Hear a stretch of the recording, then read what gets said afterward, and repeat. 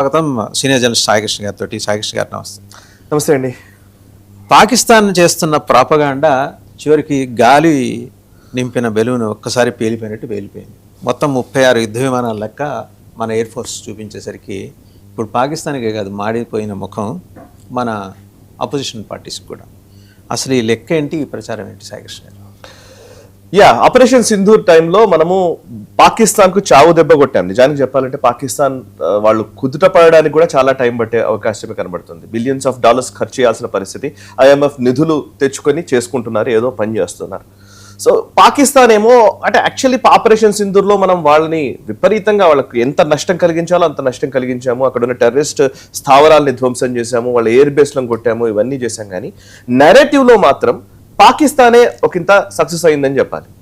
ఎలా narrative create చేశారు అని అంటే, మేము భారత్ కి సంబంధించిన ఫైటర్ జెట్స్ ని కొట్టాము అని. ఒకసారి 3 కొట్టాము, ఒకసారి 5 కొట్టాము, ఒకసారి 7 కొట్టాము. దీనికి డొనాల్డ్ ట్రంప్ అయితే కొంచెం ముందుకు వచ్చేసి లేదు ఈ 2 దేశాల ఫైటర్ జెట్స్ కూలిపోయాయని చెప్పడము.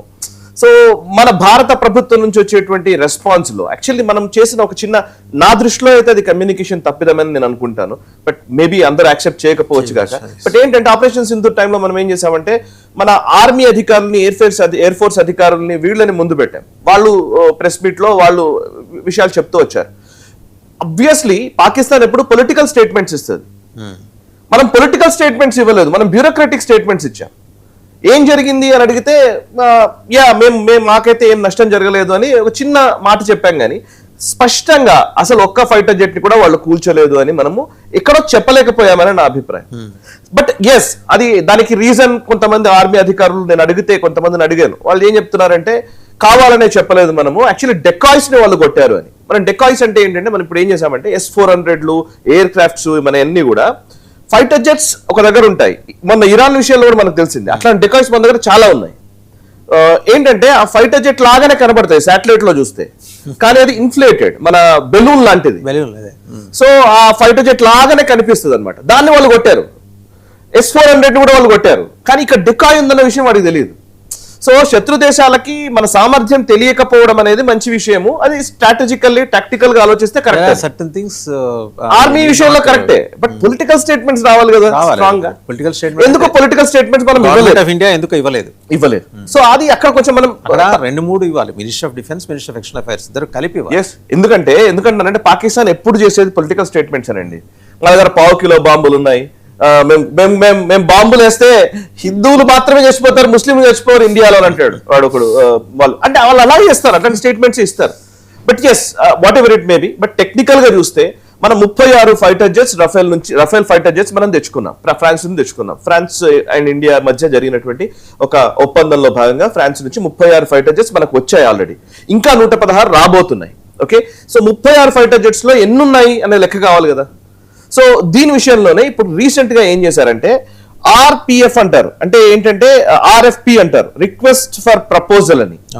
ఏంటంటే RFP ప్రకారం ఎయిర్ ఫోర్స్ వాళ్ళు 36 ఫైటర్ జెట్స్ ని మెయింటైన్ చేయడానికి, దాంట్లో ఉండే లాజిస్టికల్ ఇష్యూస్ వీటికి సంబంధించి మెయింటైన్ చేయడానికి ఒక టెండర్ ఇష్యూ చేసింది. టెండర్ కావాలని చేసింది ఇది, దాంట్లో పెద్ద విషయం కదా, దాన్ని ప్రకటించారు. సో ఏంటంటే 36 ఫైటర్ జెట్స్ కి మేము మెయింటెనెన్స్ కి ఆర్డర్ ఇస్తున్నాము అని అంటే కనుక మేము ఉన్నాయని కదా అర్థం. అండ్ ఇంకోటి, ఫ్రాన్స్ కూడా ఇంతకు ముందు ఒక ప్రకటన చేసింది. వాళ్ళు 36 ఫైటర్ జెట్స్ ఇచ్చారు, దానికి సంబంధించిన కీస్ అవన్నీ వాళ్ళ దగ్గరనే ఉంటాయి. టెక్నాలజీ, ఈ ఫైటర్ జెట్స్ ఎట్లా వినియోగిస్తున్నారా లేదా ఇవన్నీ వాళ్ళు మానిటర్ చేస్తూ ఉంటారు కదా. సో డసాల్ చెప్పింది క్లియర్ గా, మా దగ్గర నుంచి అయితే అన్ని యాక్టివ్ గానే ఉన్నట్టుగా మా దగ్గర నుంచి మాకున్న సమాచారం బట్టి తెలుస్తోందని చెప్పి వాళ్ళు ఒక ప్రకటన ఇచ్చారు. అంటే ఇవన్నీ టెక్నికాలిటీస్ లో ఇవి ప్రజలకు రీచ్ అవ్వడానికి చాలా టైం పడుతుంది. ఇప్పుడు మనం డిస్కస్ చేస్తున్నాం కాబట్టి ఈ విషయం తెలుసు. కానీ అందుకే పొలిటికల్ లీడర్స్ పొలిటికల్ స్టేట్మెంట్స్ ఇవ్వడం వల్ల దాని ఫాస్ట్ గా రీచ్ ఉంటుంది. నిజానికి అంతర్జాతీయ సమాజం కానీ ఎవరికైనా అర్థమవుతుంది. అఫ్ కోర్స్ డిఫెన్స్ ఎక్స్పర్ట్స్ చాలా మంది ఈ విషయం చెప్పారు. ఆపరేషన్ సింధూర్ లో భారత్ పూర్తిగా విజయం సాధించింది. ఒక రకంగా చెప్పాలంటే పాకిస్తాన్ మీద పూర్తిగా పైచేయి సాధించింది, పాకిస్తాన్ చతికిలబడిందనే డిఫెన్స్ ఎక్స్పర్ట్స్ అందరూ చెప్తున్నారు. బట్ పాకిస్తాన్ చేస్తున్న ప్రచారానికి ఇప్పుడు ఇది క్లియర్ గా ఒక డీటెయిల్డ్ ఇన్ఫర్మేషన్ మనకు వచ్చినట్టుగా మనకు కనబడుతుంది. 36 ఫైటర్ జెట్స్ మన దగ్గర ఉన్నాయి. And at same time S-400 వాళ్ళు కొట్టామని చెప్పారు. S-400 వెనకాలనే పెట్టుకుని మోదీ గారు ఇంతకుముందు లైవ్ టెలికాస్ట్ లోనే పాల్గొన్నారు. సో S-400లు బ్యాటరీస్ కానివ్వండి అండ్ ఫైటర్ జెట్స్ కానివ్వండి, ఇవన్నీ పర్ఫెక్ట్ కండిషన్ లో పర్ఫెక్ట్ గా ఉన్నాయి. మన వైపు ఎటువంటి నష్టము వాటిలో లేదు. అఫ్ కోర్స్ ఇంటర్సెప్ట్ చేయడం వల్ల, మిసైల్స్ పెట్టడం వల్ల ఆ చిన్న నష్టాలు ఉంటాయి కావచ్చు కానీ, బట్ ఈ వాళ్ళు చెప్తున్న ఏదైతే ఆర్గ్యుమెంట్ ఉందో, ఫైటర్ జెట్స్ కూల్ చేసాము, S-400 కూల్ చేసాము, ఇక్కడ ఉన్నటువంటి వ్యవస్థను మొత్తం చిన్నాభిన్నం చేసాము, ఇవన్నీ అన్ని అబద్ధాలు అని మాత్రం రుజువవుతోంది. ఇంకొక లాస్ట్ అంశం చెప్పాలండి, ఎప్పుడు కూడా యుద్ధం జరిగినప్పుడు మన దగ్గర ప్రాబ్లం ఏంటంటే, మనము ఏదో చిరంజీవి సినిమాలు, బాలకృష్ణ సినిమాలు చూసి మనం పెరిగాం కాబట్టి కావచ్చు కానీ, ఈ మాస్ సినిమాల ప్రభావం మన మీద ఉండడం వల్ల ఒక హీరో 100 మందిని ఒకేసారి కొట్టినట్టుగా యుద్ధాలు జరగవు. భారత్ పాకిస్తాన్ తో యుద్ధం చేసింది అని అంటే అటువైపు నష్టము ఉంటుంది, ఇటువైపు నష్టము ఉంటుంది, మన వైపు కూడా కొంతమంది చనిపోతారు. యుద్ధం ఎప్పుడు అలాగే ఉంటది. అంతే కదా. యుద్ధంలో పూర్తి విజయం సాధించాలి, మన వైపు కొంచెం కూడా గాయం కాకూడదు అనుకునే అభిప్రాయం తప్పు. ఆ అభిప్రాయం నుంచి బయటకు రావాలి. అండ్ ఈవెన్ విపక్షాలు చేసినటువంటి ఆరోపణలు, పాకిస్తాన్ ఏం చెప్తే దానికి అనుకూలంగా విపక్షాలు మాట్లాడుతున్న పరిస్థితి, ఆపరేషన్ సింధూర్లో మనం ఫెయిల్ అయిపోయామని చెప్పేసి ఈవెన్ విపక్ష నాయకులు మాట్లాడుతున్నటువంటి పరిస్థితి.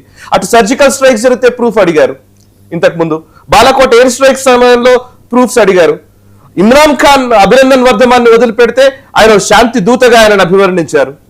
అసలు బేసికల్లీ ఏ వల్నరబిలిటీస్ మధ్య పాకిస్తాన్ ఉంది అన్న విషయాన్ని అర్థం చేసుకోకుండా మన పొలిటికల్ లీడర్షిప్ చేస్తున్నటువంటి, ముఖ్యంగా అపోజిషన్ లీడర్స్ చేస్తున్నటువంటి కమెంట్స్ కూడా ఇప్పుడు అబద్ధమని తేలిపోయాయి ఇండియన్ ఎయిర్ ఫోర్స్ చేసినటువంటి ఈ చర్య ద్వారా. రైట్, ఇప్పుడు సెకండ్ టాపిక్లోకి వెళ్తే, భారత దేశంలో అంటే ఇప్పుడు ప్రస్తుతం నడుస్తున్నది ఏంటి, క్యాబినెట్ రీషఫుల్. కేంద్రం నిర్ణయం తీసుకుంది, ప్రధానమంత్రి నరేంద్ర మోడీని కొందరు నాయకులు కూడా ఆల్రెడీ వెళ్ళి కలుస్తున్నారు. మేబీ నిర్మలా సీతారామన్ గారు, ధర్మేంద్ర ప్రధాన్ గారు maybe dropped from the cabinet అనే సంకేతాలు వస్తున్నాయి. నిజమేనా? కొత్త వాళ్ళు ఎవరు ఉండొచ్చు? మన రామ్మోహన్ నాయుడు పేరు కూడా వినిపిస్తోంది. అవును, అంటే ఇప్పుడు ఇక్కడున్న ఎవరెవరు వస్తారో అనేది కొంచెం డౌట్ఫుల్ గా, మనకి ఇంక ఇప్పటికే క్లారిటీ లేదు. కానీ ఇప్పుడైతే క్యాబినెట్ ఎందుకు ఇప్పుడు అసలు చర్చ మళ్ళీ మొదలైంది అని అంటే, సడన్ గా నరేంద్ర మోదీ గారు రాష్ట్రపతి ద్రౌపది ముర్ము గారిని కలిశారు నిన్న. ద్రౌపది ముర్ము గారిని కలిసిన తర్వాత వెంటనే అందరికీ కూడా క్యాబినెట్ ఎక్స్పాన్షన్ జరగబోతోంది అనే చర్చ మొదలైంది. జార్జ్ కురియన్ గారు, ఆయన రాజ్యసభ సభ్యత్వాన్ని, ఆయనది గడువు ముగిసింది. సో తర్వాత దాన్ని కంటిన్యూ చేయట్లేదు. కంటిన్యూ చేయకపోవడం వల్ల ఆయన ఆ మినిస్ట్రీ పదవి కూడా కోల్పోబోతున్నారని ఒక సమాచారం. అండ్ కొత్తగా ఈ మధ్య కాలంలో కొంతమంది మినిస్టర్స్, కొంతమంది వేరే పార్టీలకు సంబంధించినటువంటి నాయకులు కూడా చేరారు. ఫర్ ఎగ్జాంపుల్ రాఘవ్ చద్దాని ఈవెన్ మంత్రివర్గంలోకి తీసుకునే అవకాశం ఉందనే చర్చ నడుస్తుంది. ఆప్ నుంచి వచ్చిన రాఘవ్ చద్దా, ఎందుకంటే రాఘవ్ చద్దా కొంచెం వెల్ రెడ్ మ్యాన్. సో అతన్ని క్యాబినెట్ లోకి తీసుకుంటారా, లేకపోతే మినిస్ట్రీ ఏదన్నా MOS కింద ఇస్తారా తెలియదు. అండ్ ఈవెన్ కొన్ని పోర్ట్ఫోలియోస్ కి సంబంధించి కొన్ని కీలక మార్పులు ఉండబోతున్నాయనే సమాచారం కూడా వస్తోంది. ఈసారి 2026లో జరిగేటువంటి ఈ క్యాబినెట్ ఎక్స్పాన్షన్, రీషఫిల్ అందాం, ఎక్స్పాన్షన్ అనే కంటే కూడా క్యాబినెట్ రీషఫిల్ జరిగితే గనక, మంత్రివర్గ పునర్వ్యవస్థీకరణ జరిగితే గనక 2029 ఎలక్షన్స్ ని అండ్ రాబోయే యూపీ, గుజరాత్, పంజాబ్ ఈ రాష్ట్రాల ఎలక్షన్స్ ని కూడా దృష్టిలో ఉంచుకొని చేయబోతున్నారనేది సమాచారం.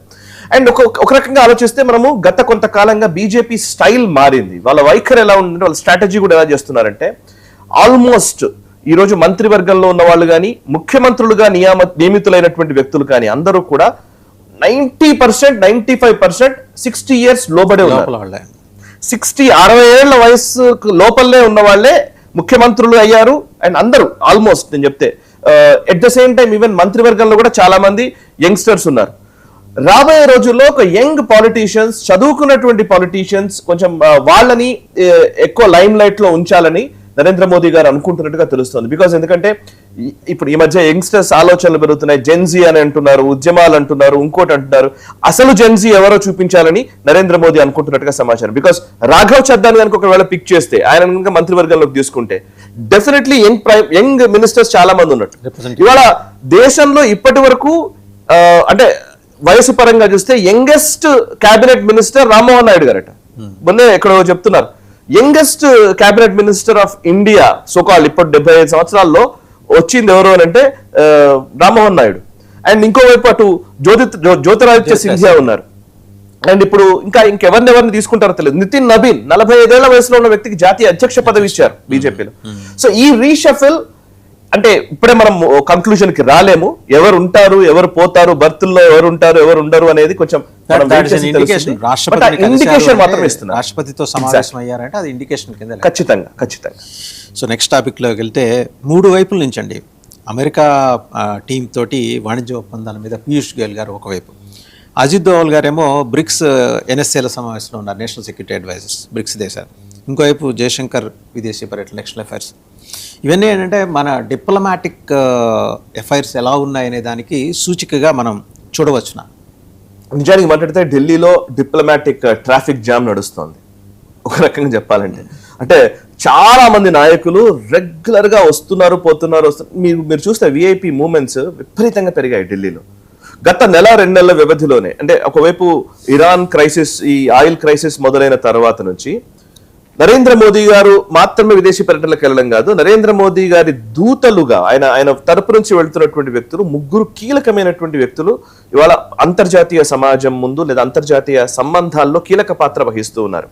ఒకటి విదేశాంగ వ్యవహారాల శాఖ మంత్రి ఎస్ జయశంకర్ గారు, 2 అజిత్ దోవల్ గారు national security adviser, 3 Piyush Goyal గారు కేంద్ర వాణిజ్య శాఖ మంత్రి.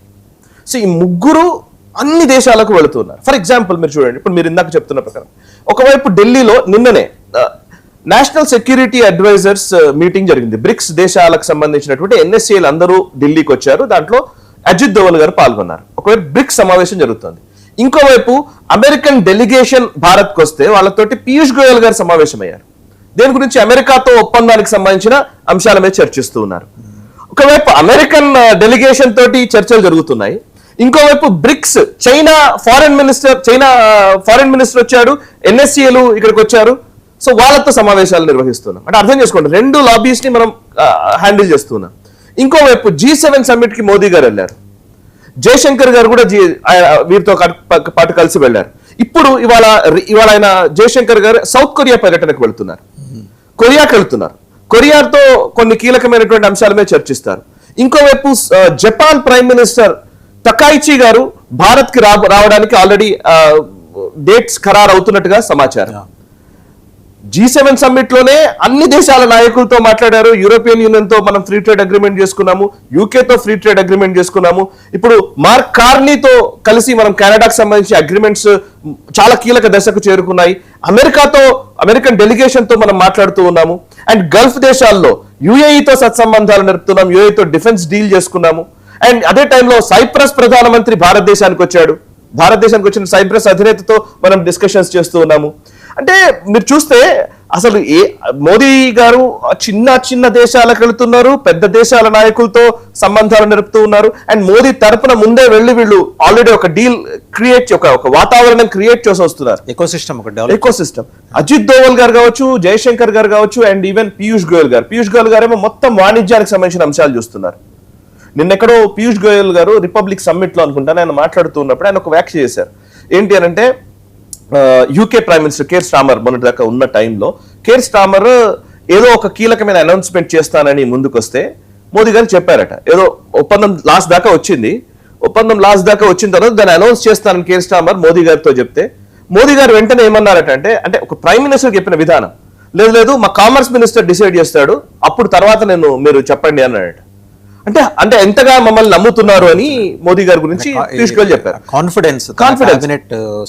అంటే ఈజీగా ఏదో ఒక ప్రధానమంత్రి మాట్లాడాడు కదా అని మాట్లాడడం కాదు, మనం మన కామర్స్ మినిస్టర్ క్లియరెన్స్ ఇచ్చిన తర్వాతనే ఈవెన్ యూకే ప్రధాని అయినా సరే స్టేట్మెంట్ ఇవ్వాలి, లేకపోతే ఇవ్వడానికి వీలు లేదని మోదీ గారు చాలా కరాఖండిగా చెప్పారు. అంటే వీళ్ళు కూడా in the interest of nation ఎక్కడ మన టఫెస్ట్ నెగోషియేటర్ మోదీ అని ఎందుకంటున్నారు డొనాల్డ్ ట్రంప్ అని అంటే, టఫెస్ట్ నెగోషియేటర్ మోదీ కింద ఉన్నటువంటి పీయూష్ గోయల్ కూడా టఫెస్ట్ నెగోషియేటరే.